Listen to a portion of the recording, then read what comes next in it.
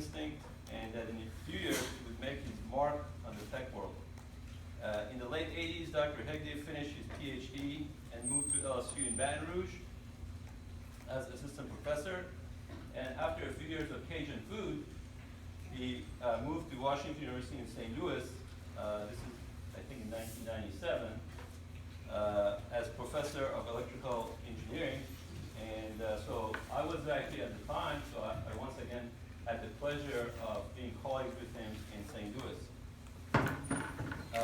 While we were both in St. Louis, we played regular games of racquetball and squash, and I noticed that that the third area of talent for him, he had the killer serve. So not only was he good in academics, in business, but also was an excellent racquetball player.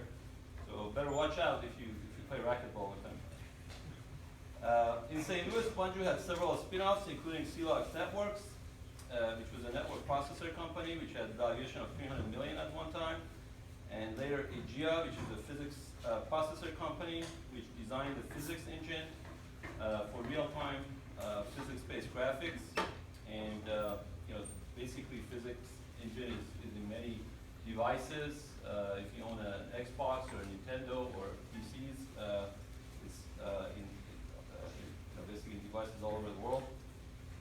In 2003, while he was CEO of AGEA, his academic interests led him back to LSU, where he became chair of the ECE department.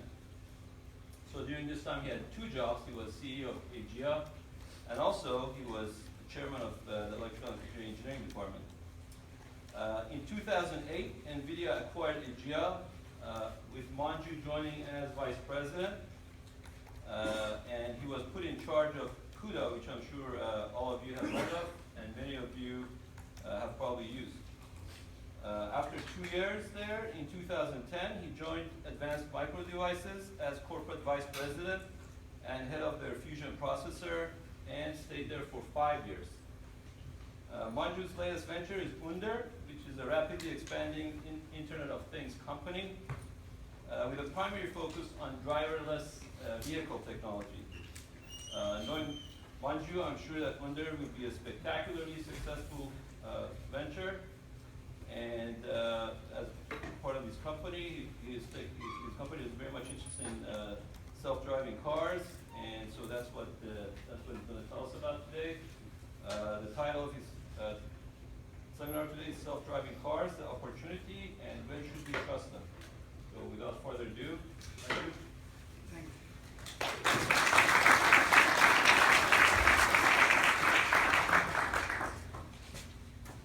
Thanks, Amir, and just as a caveat, most of what he said is not true. But I want to talk today about self-driving cars and a couple of facets about them. First of all, the opportunity, because from my visit today and from my previous discussions with Amir, it seemed like the University of Louisville is spearheading a lot of entrepreneurship in this area. So I want to talk about the opportunities, and they are vast, that's provided by this trend. Secondly, there's a lot of media hype about self-driving cars. It almost seems like they're here, and sometimes you think they're next year, if not 2020. And so I just wanted to put some kind of clarity and maybe objectivity and to some extent honesty in the picture, and give you an idea of when they might come. And nobody can say when they will come, but we can guess that they may not be here next year. I'm pretty sure they're not here next year, although if you read the press, you might think they would be, so some of that. But one thing I want to do is, before I start, I want to change my title, because Amir asked me for this title a few weeks ago, and I didn't spend too much time on it. But then subsequently, when I was working on the presentation, I realized that I really need to go up one level. So, because self-driving is not necessarily just associated with cars.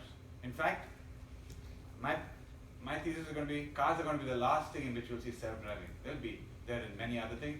Because cars are, in many ways, the hardest use case for self-driving. Because cars go everywhere. They're lethal machines, 2,000 pounds going at 70 miles an hour, and they're kids, bicyclists, other cars. So that's the most dangerous environment in which you want autonomy. Think of the vacuum cleaner. Nice carpets, going slow. They're already self-driving, and that's my point.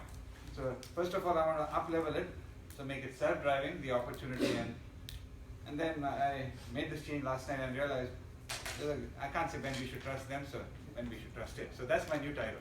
So even before I start, you're probably getting more than you bargained for. So my first statement is a didactic statement. Self-driving will transform society. I want to make an emphasis on that because firstly, I believe it. But secondly, this is one of those rare occasions where you've heard this cliche, the journey is more important than the destination. Rarely is it true, but in this case, I'll make the case that it is. Because it's in the process of doing all the research for self-driving, there are many knock-on benefits that are occurring, have already occurred and will occur. And so by the time we reach that panacea of self-driving cars, we will have essentially transformed a lot of manufacturing. Remember, the automotive industry is kind of the workhorse of the manufacturing economy. I mean, think about the world's GNP approximately is $80 trillion per year. The automotive industry is $2.4 trillion. And it's easy to remember that. There's about approximately 100 million cars. Each car costs 24,000. 100 million times 24,000 is 2.4 trillion. That's, and the dollars in which consumers pay, GM, Ford, etc., etc. 2.4 to 80 billion is a substantial part of the economy. But now you add to that military equipment, farm equipment, home appliances, now it becomes significant. So without making too much of a point about it, it's clear if we can conquer self-driving, we will have affected all these industries, and so it will transform society. But just in case you're not convinced, I have a few examples.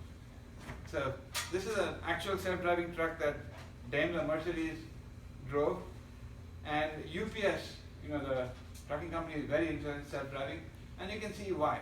Daimler is interested because Daimler is one of the big truck manufacturers. Also, from the point of view of use cases, trucks are an easier use case than cars, because what do trucks do? Typically they go on the highway. Highway is, it's a divided highway. There's very little traffic coming on, there are no people allowed. The only difficult parts are when you merge, when you go under bridges and overpasses.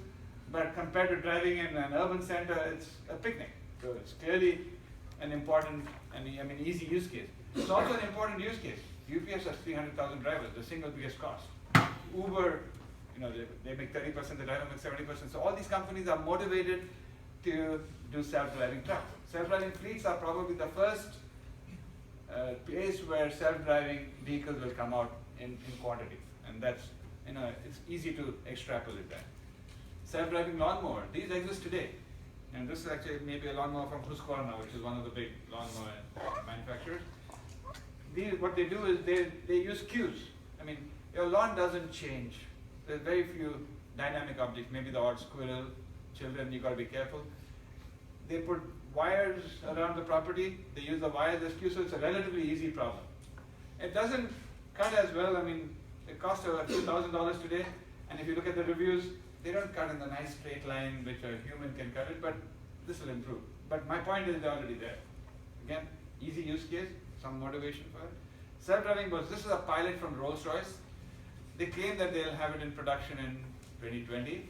But everybody sees it's 2020 because it's the change of the decade, and rarely is it true, but the point is it's not too far away. And you can see why there's value in boats being autonomous. It's an easier use case. You don't have hundreds of vehicles, but you do have unpredictable things. You have weather and things like that. Home appliances, this is probably the earliest one. 10 years ago, I think it was when Roomba came out. This is a Dyson. They seem to be doing the best of the self-driving vacuum cleaners. There's Neato, there's a host of them. Again, relatively easy use case. They use the spinning LiDAR, they map everything, and it's slow speed. It's not very few things you can kill. That's why the car is such a difficult use case. It's a lethal weapon. These are safe. Self-driving drones, this Airbus announced it 2 weeks ago. They're going to have a prototype in 2017. It's a vertical takeoff drone. It's a self-driving drone. They mean to use it as a taxi for small trips like within Manhattan. And they're saying commercial production, I'm going to guess at 2020. Now this is a lot easier than a commercial plane. A commercial plane, there's no way it will probably be 2030 before they could get it. This one is easier because there are no people in it. So if it crashes, they'll be worried about It's not crashing on people, but nobody dies in this. Then military equipment, Lockheed Martin is doing a few thousand military units autonomous, and this is an easy use case. Military, why isn't everything autonomous in the military? If no humans will die. But for military transport, for a lot of military applications, convoys, logistics, it makes sense to do this. So the only loss you take is in dollars, not in people. Self-driving robot. This is a robot from Starship Technologies. It's a startup started by the founders of Skype. So it's actually, they have prototypes. I was at CES, they had it in the CES halls going around. It's really meant for short hop, urban delivery of food. I mean, delivering food is becoming a big business. And so these guys have a method where you can open the lid with your smartphone using an app. They've got heated and cool chambers, and when it comes there, you can open it, pull your pizza out, it charges your card, and that's up to 2 kilometers urban area, fully autonomous. It can cross streets, it can avoid other pedestrians. And there's a company in San Francisco who I met called Marble Technologies, similar concept. They're using a lot more sensors.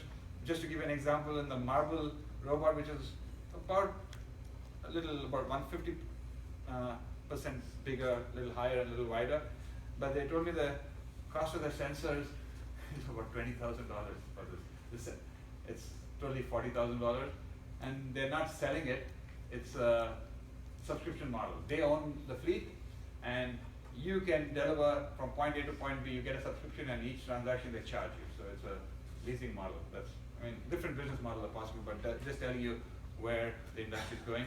Self-driving farm equipment, again, easy use case, because farms are usually large, there are few moving objects, but safety is important there, because these are all kinds of dangerous cutting, threshing machines. This is from Case 1H, and the use case there is, farms are large, the job is tedious, it's relatively easy to automate, and so again, this will come. All these that I'm pointing out up to here are probably going to come out before the self-driving car, which everybody is enamored of. So self-driving cars, this is just a visualization, and you can see that this artist didn't have it right, because most of the manufacturers are saying self-driving cars won't have a steering wheel. In fact, Ford CEO said explicitly that he'll have a fleet of cars by 2021 without a brake and without a steering wheel, just to make the point that they are self-driving. So this is just a visualization. Now, I put it last because I firmly believe that it'll be the last. Passenger cars, meaning cars that you and I can buy, like we buy at the dealer, that will take a while because it's so dangerous. Now these are derivative technologies, because this is advancing my thesis that this technology is going to transform the industry. Surveillance, I call it a derivative technology because when a car does self-driving, it needs ultrasonics, it needs LiDAR, it needs radar, it needs camera with vision. All these are great surveillance technologies. So when the car manufacturers do something, it becomes a volume product, so it brings the cost down dramatically. Now it becomes much cheaper to do it for consumer level products, as an example. This is actually a picture of a Honeywell surveillance system using a scanning radar and CCD cameras. It's very expensive, hundreds of thousands of dollars. It's really meant to protect your factory premises from any intruders and places like that. But with the technology that many companies are developing for sensors in cars, you can do the same thing now for a couple of $100. That's the whole point about building it for the mass market. Micro gestures, this is a new application. This is a Google Project Soli development project, which they announced 2015. It's using 60 gigahertz radar. Goes up to only a few feet, but it can go further. But you've all seen gesture technology using Kinect. When you think of Kinect, what do you think? These big gestures. I have a Kinect at home, and it's really tiring. It's good as a gimmick, but you don't want to be doing this for 3 hours, and it doesn't always get you. And gestures haven't taken off because gestures sound good, but the actual delivery of gestures is underwhelming, because they don't necessarily do something, and they take too much kinetic energy, and people do want, those who play games, for instance, they play for 5 hours. You're not going to be able to do this for 5 hours. It's a workout. So this is micro gestures. So they gesture like this. I mean, if you look at the video, and Google has been promoting this pretty strongly, you'll see that there's a thermostat out there, you want to change the temperature, you just do this, change the temperature. That's it. This is the gesture. Or a watch. When the device is small, and IoT, many devices are small, they don't have screen space for a UI. So then it makes sense to do a micro gesture based UI, but it's got to be brainless and it's got to be small gestures. So like if you want to wind a watch, you just do this and they show you. And so this has a chance of making it pervasive, and frankly, for washing machines, fridges, you don't want to touch it, you can go to the fridge and just say open and it'll open.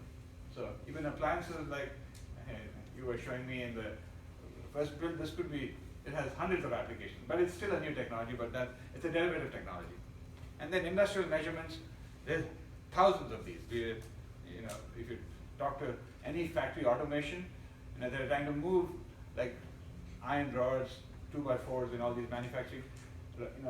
Humans carry them, wheel them around, have it automated. Again, easy use case. I mean, it's at the factory floor, speeds are low, and this speed, it can go on tracks, or it can just small distances off track. Easy use cases, distance to liquids in a cylinder, or in a shock absorber, finding out precisely the length of the cylinder. All those can help the control system. Again, with the sensors, the point is, self-driving brings down the cost of all these these high fidelity sensors which work at a distance. Then they make all these possible and therefore transformative. So therefore, I'm repeating my claim, having given you a little more evidence. So now let me come to self-driving cars. Self-driving cars are interesting because they are the workhorse of the entire self-driving industry, because the car market is so large. I mean, there are 100 million cars, and today a car has about 40 sensors, typically MEMS sensors. But for self-driving, they'll have expensive sensors, like I mentioned, LiDAR, radar, cameras, and ultrasonics, and they'll have 10 to 20 of those. So that's 20, then the 100 million, that's 2 billion sensors a year, and you can see the volume of dollars. So it's a big market, and that's what's driving prices, the cost and prices down. So this is just a picture of all the self-driving cars today, and I say that with a caveat, because the Tesla car is the actual production car, the Model S. They call it self-driving, but it's really level 2 self-driving autopilot, and I'll explain what the levels are in the car industry when we talk about self-driving. So I'm going to get into a little bit of detail on what kind of sensors these cars have. It's to advance my thesis. Google and Uber are essentially the disruptive companies in this space. Why? Because they don't really build cars, and so they don't have to care about what revenue they get next year. Unlike, say, GM, which makes $180 billion a year building cars, so they have to make sure that they bring out the next model like clockwork while advancing the self-driving concept. So they've taken two radically different approaches. Google and Uber are going directly to what's called a level 4 car. Level 4 car means full self-driving. You don't need a driver. You can punch in the address, it goes on the road, takes care just like a human. All the other guys are going level 1, level 2. Level 2 they haven't reached yet, but sometime in the next 2 years. And actually level 2 will go all the way, I think, till 2021, 2022. Then level 3, and then at some point level 4. But look at the sensor package. 1 LiDAR, 1 GPS, 4 radars, and some IMUs. So a lot of sensors. And they have 2 million miles of autonomous test driving. So this is, when they say test driving, what they mean is they have a driver in the car who's not touching the car, but he's focusing, because these cars are not ready for complete self-driving. And then Google has a ton of all these sensors are recording, so they have huge disk drives, but they record this data and then they use it to improve their algorithm and the deep learning algorithm. Per car they're doing about 8,800 miles, so it's not a lot. And there is 50 cars, so 2 million seems like a lot, but keep that number in mind, because I'm going to argue shortly that it's actually a tiny amount. Uber, again, going straight to level 4. Again, they have no legacy, so they can afford to do it. They're very secretive, and I got the employees by looking at LinkedIn, and I got my EA to go through all the Uber LinkedIn who are based in Pittsburgh. They completely wiped out the robotics self-driving department in Carnegie Mellon, hired them out, and now they've built a team around it. And you have Uber self-driving cars available in Pittsburgh. You can actually order them, hail them. But it's kind of ironic that they call them self-driving because you get two Uber employees, one guy behind the wheel and one engineer taking readings. So you got to put up with that. But it is self-driving because they're not touching the steering wheel. It's a Ford Fusion out there. They were about to get in California, but they had a spat with the California government, so they're moving to Arizona, and there they're going to have Volvo SUVs. I think they're already there, or they're going to be there soon. Now we come to the incremental guys. The guys are already making cars. They also want to get to self-driving, and Tesla is probably the leading proponent of that. They have a very interesting way of doing it. The current Model S was introduced in September 2014. But about a year before that, there had a few tens of them, which they had drivers in. They had the sensor package. They just went around without touching it, collecting data. They collect huge amounts of data. Then they released the car in September 2014, but as a customer, you didn't have access to the autopilot. In October 2014, 1 year later, they gave you access. During that 1 year, every evening when you're connected to Wi-Fi, you sign away all your rights to the data. Tesla just downloads your data and just use that to improve the algorithm. Finally, in October 2014, they allowed you to buy it as a software upgrade over the air. And I think they charged $3,000, but 2/3 of the Tesla owners bought it. And then out of this 2/3, about 60% of those owners drive in the autopilot mode for about 4 hours a day. So Tesla is gathering a huge amount of miles. In fact, Elon Musk has said in October they have 222 million driving miles. Now these are not self-driving miles, because autopilot is not self-driving. Autopilot is just steering and lane keeping, automatic. It's not self-driving in the grand sense. But this is where the auto industry gets kind of cute. They call it self-driving, and when you say something is autopilot, you think it's self-driving. It's absolutely not self-driving. It's what's called level 2. Now the next generation hardware which they have announced has got dramatically more sensors. 8 cameras, 12 ultrasonics, 1 long-range radar, differential GPS. Compare it to the 1 camera, 12 ultrasonics, and 1 radar. So dramatically more. So they're definitely going the vision way, and they're one of the strong proponents of that you do not need a LiDAR, which is LiDAR gives you the spinning LiDAR gives you a point cloud and tells you, it's a low resolution point cloud, but many of these engineers in self-driving things, they feel comfortable because that's what humans see. But Tesla engineers don't think you need that much data, more in the direction you're going and the rest with camera. Everybody else is also doing self-driving cars. Bosch is a tier 1. So the automotive industry, you've got the GMs and the BMWs, and then you've got large companies, which you probably haven't heard of, who supply them with systems. Bosch is a $52 billion company, as an example. So pretty large for a company. Bosch also makes home appliances. You may have heard of Bosch. Delphi is a pure automotive company. And so these are the guys who are also building self-driving cars. And look at my point in showing you this is, look at the range of sensor packages. They've got 6 LiDARs, 6 radars, actually 10 radars, 3 vision cameras. Whereas these guys are 1 LiDAR, cameras, radars, compared to Tesla. 1 LiDAR, today's Tesla, 1 LiDAR, 1 radar, and 1 camera. And the point about that is, nobody knows what sensor package is the right package for self-driving. And then more of the same. It's a huge host of sensor packages, because really all these self-driving cars are just in research mode. Audi actually demonstrated a race car around a track. In fact, I have a video of that. And this was going at 150 miles per hour. So it's not that you can't go fast in a self-driving car, but again, well-defined use case, racetrack. They probably had GPS and differential GPS exactly where the car was. No people on the road and just a curved surface. So it's a relatively easy use case. But the interesting thing is that in that demonstration, the car took the corners like a race car driver. So it turned really well along the right line, went inside to increase the speed. And so this is something that shows you where all these guys are. So now, with all this much research, question is, so when will these cars come out? So I've got from 2016 to 2027. But let's take what the big wigs in the automotive industry are saying. The CEO of Nissan in 2015 said his cars will be in showrooms, self-driving cars, by 2020. He hasn't retracted that statement, but almost surely it's not true. But CEO of Ford, recently, in October, he made the statement that they'll have a fully autonomous vehicle, a fleet of them, for ride sharing in 2021. So I've talked to people in the automotive industry, I said, how is that even possible?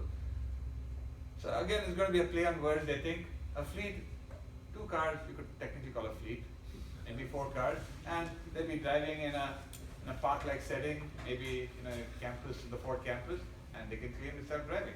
But this is what I mean by they're trying to be cute, because everybody wants to be first to self-driving, and technology and engineering just don't allow you to say when it is. So making announcements now for 2020 is, you have to take it in context. Now Daimler is a little conservative. They say that autonomous trucks for purchase will be available by 2025. Remember, the easier use case in 2025. Even Elon Musk, with all his braggadocio, he says 2023. So even though a lot of people call his car self-driving, he thinks full self-driving 2023. And the ex-head of Google self-driving car, again made the prediction by 2020. So again, most of the people in the automotive industry just don't believe this. So this is a good example of why. So these are all those cars that I showed you, the self-driving cars. This is the sensor configuration. This is the disengagement rate. Now the disengagement rate is the following. When you drive a self-driving car, so your hands are off the wheel, but when the car is driving, I suddenly see something and the car doesn't look like it's going to stop, you grab the wheel. That's a disengagement. And if you are driving in California, the California law requires you to report it publicly. Now, Michigan has, I don't know if Michigan has a law, in Ohio you can do self-driving tests there, and probably these guys are now putting more cars there because they don't have to report it. But so this is the number that I got from November 2015. Look at the disengagement rate. Google is the best, 5,300 miles, meaning for 5,000 miles, you didn't have to grab the wheel because you were scared that there was an incident going to occur. But look at the wanted, much wanted German companies. Daimler is 1.5 miles and Bosch is 0.75 miles. Now let's look at human comparison. Humans drive on the average with a property or an injury crash rate at every 500,000 miles, 1.6 for injury crash rate, fatality every 88 million miles. So this is the US Transportation Department numbers from 2012. Actually in Germany it's a little bit better. They're slightly better drivers, maybe their roads are better. But the point is, if I got a fatality of 88 million miles and the cell of self-driving cars is the superhuman, right? So to me, if I'm a regulator, show me at least 10 times that many miles, and that's a billion miles. So you better have a billion miles without a fatality in a self-driving car, or some way to extrapolate there. You're not going to get there with 2 million miles that Google has. And Google has been doing this since 2010, and they've accumulated 2 million miles. So the rate at which they're going to have to accumulate is going to be like the Tesla rate. So what Tesla did? Took a production car, put the sensors in it, started recording miles, and that's the only way you're going to get to a billion miles. Or put them in a UPS fleet, parts of it, then you get, but the automotive industry now looking at that. But my point is, with this data, you can't extrapolate and say in 2020 you're going to get self-driving, because the regulator will just absolutely not. Now there's an interesting thing about trusting self-driving cars, and that is the fact that the people, before they're exposed to technology, they don't trust it, but then when they adopt it, they trust it too much and very quickly. And the Google car guys have reported this. They require, when you're driving a Google car, you're supposed to be watching the road 100%, but they found people were taking a snooze, they were curling up in the back seat because the car was self-driving, and it became dangerous. So they actually lowered the speed. I think right now the Google cars don't go more than 25 miles per hour. They used to go 50 miles per hour, and Google got nervous about liability because of this kind of behavior. And they train the guys. You are absolutely required to be 100% vigilant, but still something slips through the crack. A better example is if you look at Tesla, go on YouTube, look up Tesla autopilot. There are hundreds of videos of people doing essentially crazy things, which they're not supposed to. I mean, in the Tesla level 2, they're supposed to be, you may not touch the wheel, but you're supposed to be watching the road, because anytime it's not handling all use cases. But I've driven in a Tesla on the 280 in the Bay Area, and when we were exiting, it looked like it was going to veer off. So the driver, the dealer was giving a Tesla, he grabbed it. So they're not guaranteeing it, so you better pay attention. So level 3, and let me come straight to the levels now. Actually, it's a little later. So I'll briefly explain the levels. Level 1 is when there's one automated system in the car, and automated systems have been in cars for a long time, like ABS 25 years ago, electronic stability control. These are level 1s. Then level 2 is when there are two automated systems which are interdependent. So the Tesla autopilot is a level 2 because it has a lane keeping system and a steering system, and they interact. So that's a level 2. That's about the highest level that you get in cars today. And Mercedes, BMW, all coming up with level 2 cars. Level 3 is like a level 2, but they give you a grace period of so many seconds. They have 3 seconds, 5 seconds, 7 seconds. And the idea is that you can actually text. Maybe you can send a quick reply.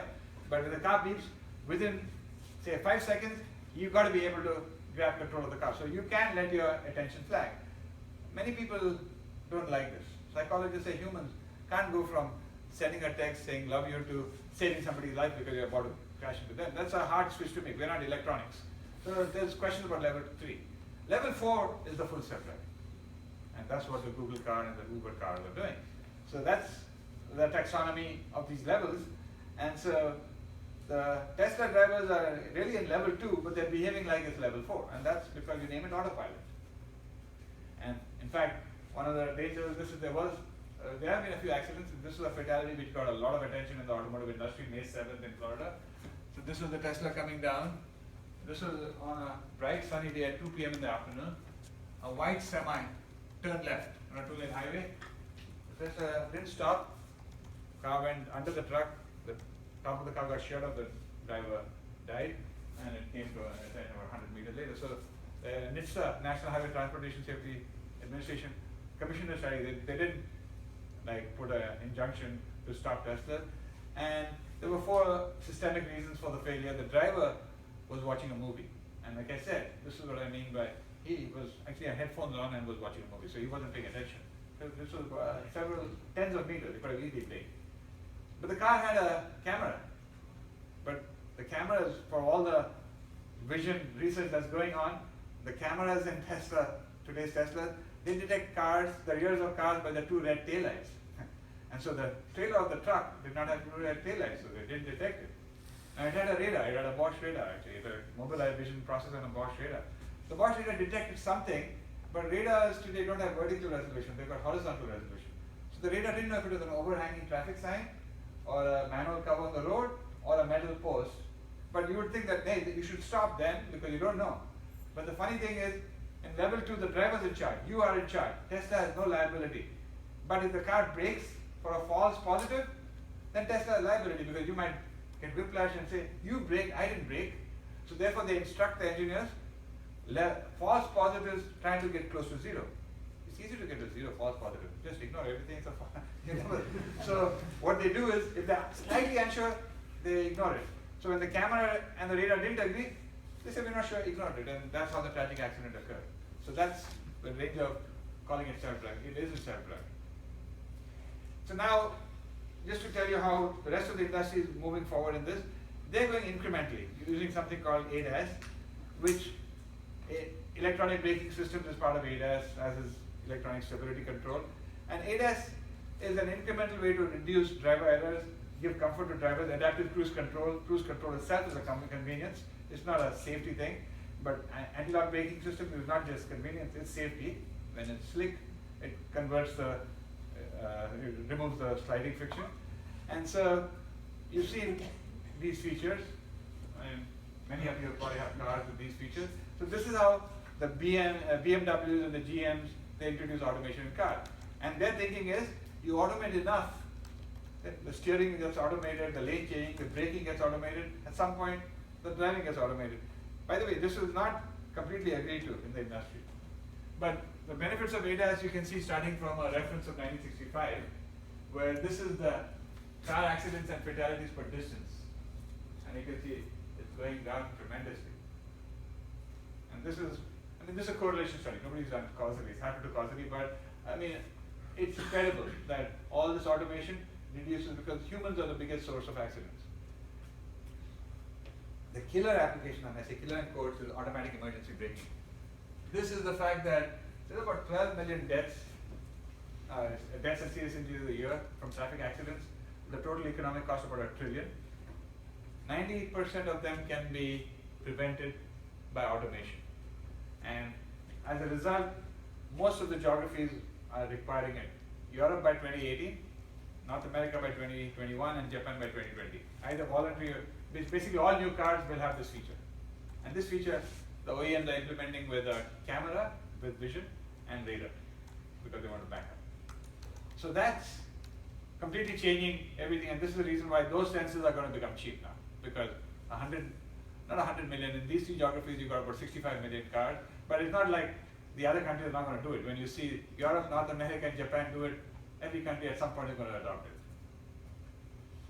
And as a result, the electronics in cars is increasing, and this is one of the points I want to make about the automotive industry went from being an industry that investors shun to something that investors are just grabbing it. So anything you do now with respect to automotive is getting tremendous traction. I'll give you two quick examples. Cruise is a self-driving software company started in San Francisco. They took a radar camera and a LiDAR. They created a sensor package. They started doing the software for it for the Audi S-Class, just one model. And they got so much attention. GM just bought them. There were 25 software engineers in San Francisco. No chance of a product, for at least a couple of years. GM bought them for $1 billion. So that's the kind of hype that's happening. And even stronger example might be the Google self-driving car left in December 2015 and started a company called Auto for essentially doing self-driving trucks. Because self-driving trucks, remember I said, are the easier use case. In October, 9 months later, Uber bought them for $680 million. They didn't have a product. In 9 months you can't do products in automotive. So the market is large for sensors, is $90 billion. And it seems large, but remember the whole automotive industry is $2.3 trillion.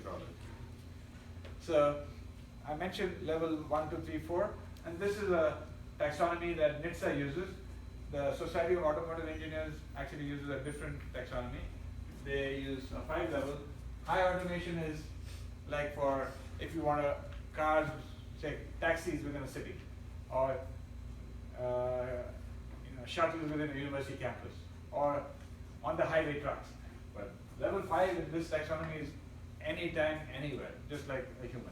So it's a small difference, but both of them mostly agree. Benefits of self-driving cars. This is from the Victoria Transportation Institute. It's a think tank in automotive self-driving. And they've actually identified some of the downsides, which are interesting, which is that some of them are misplaced planning emphasis. So they're saying, well, if you think every car is going to be automated, then you may not spend as much time on safety features of the roads where people drive. And so they're doing a thorough analysis of the costs and benefits of self-driving. So now, again, from the point of view of opportunity, I want to give an idea of the size of this market. So this is all cars. Level 0 is every car there is. And like I said, it's about 100 million. The 100 million number is really, you got to peg it to 2020. Today it's about 90. So it's growing slowly. Most people who want cars have cars. Level 1 with automatic emergency braking, as I said, by 2020, Europe, North America, and Japan will have it, so that's about 65 million. So if you do that graph, it's 65 million. And level 2, which is like the Tesla autopilot, is growing much slower. And then level 3, which is like autopilot, except for 5 to 7 seconds, you can leave the steering wheel. And then level 4, this is a complete crapshoot. I have no idea when this is coming out. And I just put 2024. But that's kind of the trends in the market, and to give you a size of the opportunity. So if you're doing ultrasonic radar and a camera, by 2020 you know that each car is going to have about 4 or 5 of them. So 60 times 4 or 5, 240 million units for each of those. So it's a large opportunity if you're building these things. So this is the car in 2020. We are working with some car manufacturers. So today, as I said, a car has probably 30 to 40 sensors. This is the additional sensors that are going to help with the level 2, 3, 4 driving. So you can see, like this is a radar. This is a camera, traffic sign recognition, lane departure. This is ultrasonics. This is camera surround view. surround view, then you put cars on the top of the camera on the top of the car, you get a bird's eye view. It helps you get your bearings when you're parking, for instance. This is also surround view, so it's all around the camera. This is blind spot detection, typically a radar, in case you miss it. So you can see, talking about multiple sensors in a car. So what are the things that you have to do with these sensors? So there are 4 things you have to answer. Where am I? That uses GPS, differential GPS, IMUs to keep track when you're in a tunnel. What's around me? That is the basic sensing, detection, and the signal processing that goes into matching the data to the targets. Then what will happen next? And this is where you do the tracking, filtering, and prediction, because ultimately you don't want to know just what's happening, because by the time you reach that, things will have changed. So you've got to be able to estimate, track. And then finally, what should I do? And this is all from the point of view of the car. This is where the deep learning, the policy learning occurs. Now, actually, those are all that you need to answer. But these are, of course, deceptively simple questions. I could make the argument that you could apply this to our lives. I mean, we've all grown up, all of us have grappled with these questions all our lives. I still do. So by no means is this easy.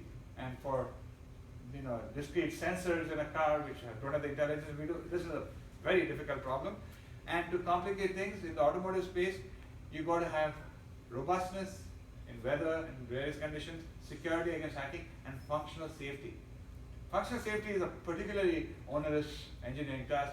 The functional safety means that if you have a sensor that you're promising the driver, if at any time the sensor fails, you've got to be able to detect it. You don't have to correct it. Because if I know my cruise control isn't working, it's fine. I go back into my old mode and drive without cruise control. But if I think it's working, and I just said, I gotta go to the car, my cruise control will kick in, and before I know it, I hit into it. So that's critical. And that requires redundant engineering of everything. And that's extreme. Like, to give you an example, there are 4 levels of safety: ASIL, A, B, C, D. D is the highest. For self-driving cars, ASIL D.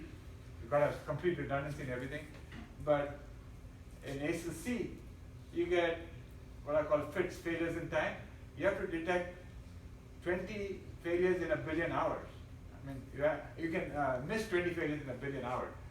That's an incredibly difficult engineering job. So this is why designing for automotive is so hard.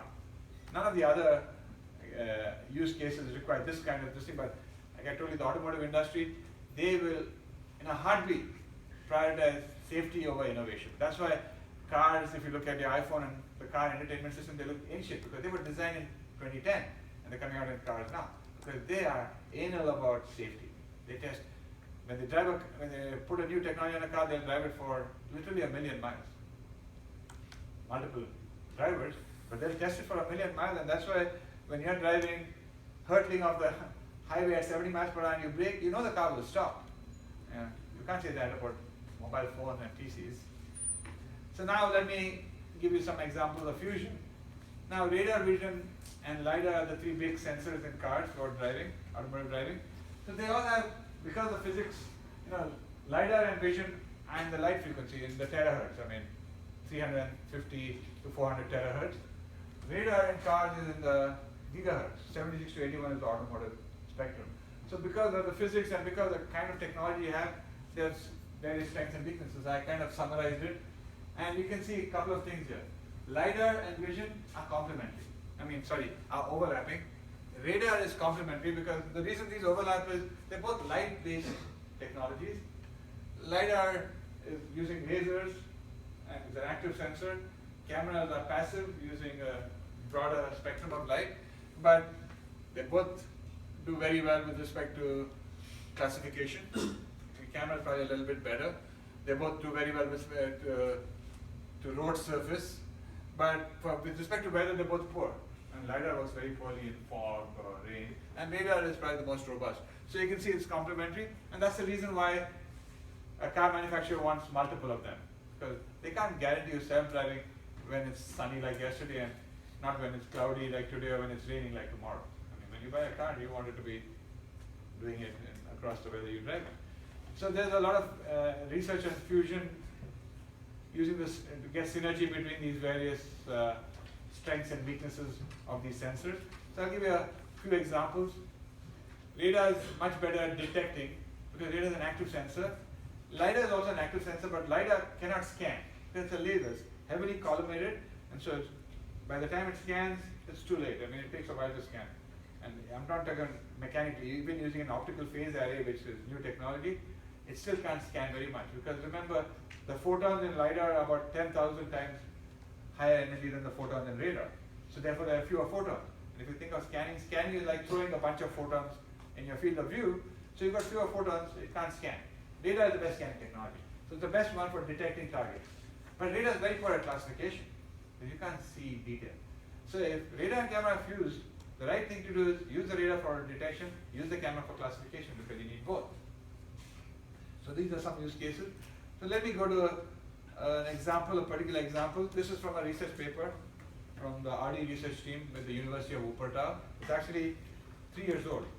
In automotive terms, that's new, because like I told you there. But this is an example of how to use a radar and a camera for detection. In this case, it was done in a city in Germany. The radar and camera sensor on the front of the car was an old camera, monochrome, with a 752 by 404 pixel resolution and that horizontal vertical field of view. And it was enabled to do object detection at a distance of 60 meters. The idea was detect the glints from the radar, because radar gives you a glint very quickly. Use the glints to create regions of interest, rectangular regions of interest, 5 by 4. And they used an AWS classifier. Apply that classifier only to that region, because the challenge with vision algorithms is the image is too big and there are too many of them. So if you're trying to detect something in the whole image, it's not going to happen, not with the compute today. But if I give you a much smaller area, yeah, then you can get fancy. And that is the trick here. They use these vehicle rear views as well as some negative views so that they could train. This was just to detect the backs of cars as you were driving. And then they normalized it for the grayscale. They did contrast normalization and variance normalization. They found that contrast normalization, just centering the grayscale, worked the best. Then they applied filters, hard type filters. These are the 5 kind of categories of filters. They got 2 with 2 rectangles, 2 with 3, and 1 with 4. Basically, they just difference the pixels. These filters are proven to be very good in face detection in the Weiler-Jones algorithm, for instance. They just applied it to various points in the car, and they used those as their feature vectors. Then the AWS that they used was they detected with X is the feature vector. They applied these weak classifiers, the small h's, and then they updated using the AWS using that update algorithm, and they created a strong classifier like this.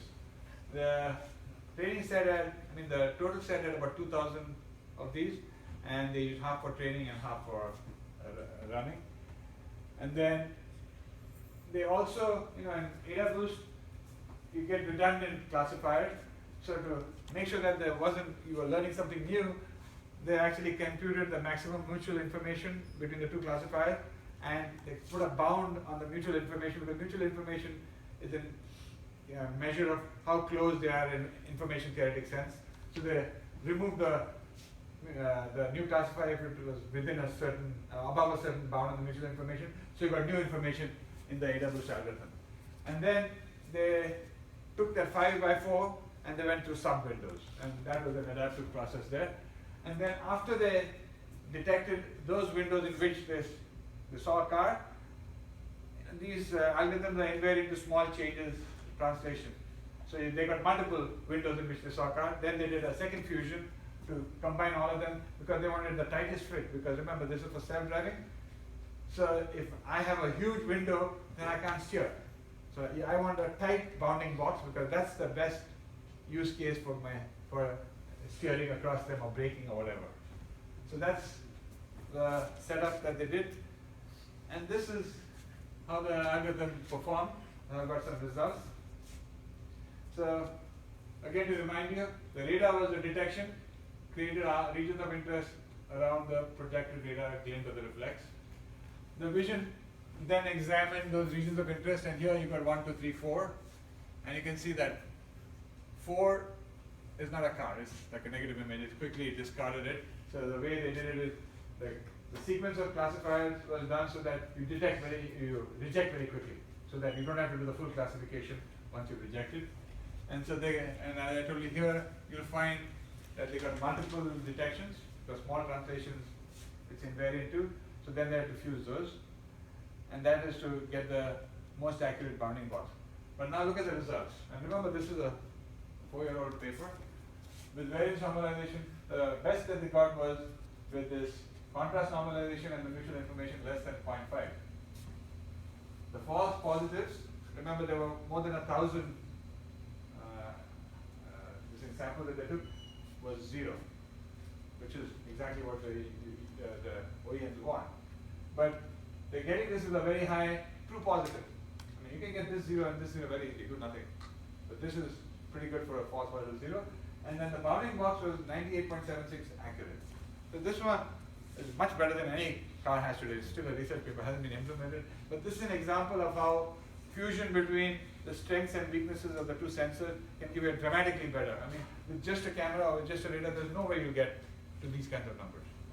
This is true fusion in the sense using the quick return and the scanning aspect of radar to give information to the camera and focus the camera to reduce the problem size and quickly do a very good classification into the backs of the car. So that's one example I had to motivate you in terms of what kind of fusion is important. Fusion is probably the most important research area in the industry today because, as I said, they don't know how many sensors they need and they really don't know how to combine the sensors. I mean, think of it as a NXP, which is now part of Qualcomm, is proposing this cocoon idea, cocoon radar. 16 to 18 radars around a car, but those are all different fields of view. Combining them and then combining them with a camera, completely new research problem, and all of this has to be done in real time with relatively low power because their onboard computers are not supercomputers. So it's a very hot research area. And so that is essentially my talk, but I wanted to give you a parting thought because I want to make you realize that you don't know when self-driving cars are going to come. This is the automotive industry statistics on the new deployments. Airbags were mandated by the federal government. Still took 25 years for them to be 100%. Okay, navigation systems been around 30 plus, and it's about 80% navigation system. But I think the smartphone has kind of messed it up. So now with a phone, you don't really need it. Automatic transmission is a good one. 50 years, 90% penetration in the US. So it takes a long time even for a simple, I say simple in the sense of it's not dangerous like self-driving, automatic transmission. It took 50 years to be 90% deployed. Optional GPS services, this is a location-based services on top of your GPS like traffic reports and things like that. After 15 years, it's 2 to 5% penetration. And then hybrid vehicles, which have been going on for a while, it's about 4% penetration.